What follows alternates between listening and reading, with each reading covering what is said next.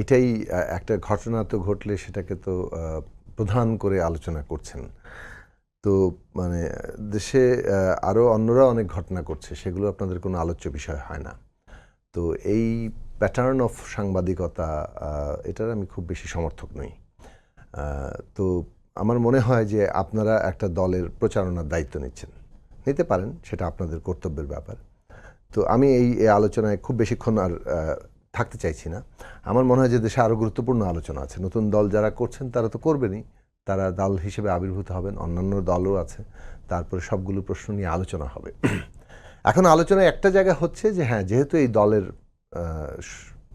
যারা গঠন করছে বৈষম্য বিরোধী ছাত্র আন্দোলন, তাদের প্রতিনিধিরাই সরকারের উপদেষ্টা মণ্ডলীতে আছেন, সেটা একটা আলোচনার বিষয় যেটা নিয়ে আমি আমার মন্তব্য করেছি। মনে করি যে ক্ষমতার ছায়াতলে থেকে রাজনৈতিক দল গঠন বাংলাদেশের মানুষ ভালোভাবে নেয় না, ছাত্রদের এই দায়টা না নেওয়াটাই ভালো।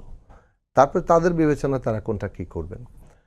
আর বাকি বিষয়টা হচ্ছে যে দেখুন প্রত্যেকের নিজস্ব রাজনৈতিক জায়গা থেকে কথা বলবে। একটা রাজনৈতিক দল গঠিত হচ্ছে মানে হচ্ছে সে অন্য কারোর মধ্যে তার আকাঙ্ক্ষার প্রকাশ দেখতে পায় না বলে সে নিজের দল গঠন করে।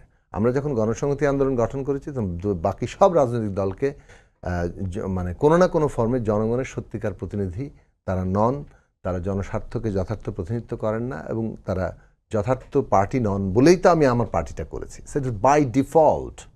যখন তারা একটা আলাদা পার্টি করছে তারা ধরে নিচ্ছে বাকি কেউ ঠিক নাই।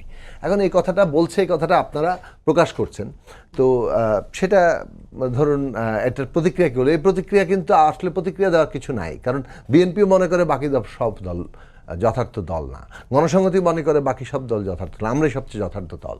এবং এটা আবার বলে যাচ্ছে আমরাই বাংলাদেশের সবচেয়ে যথার্থ জনগণের প্রতিনিধিত্বকারী রাজনৈতিক দল।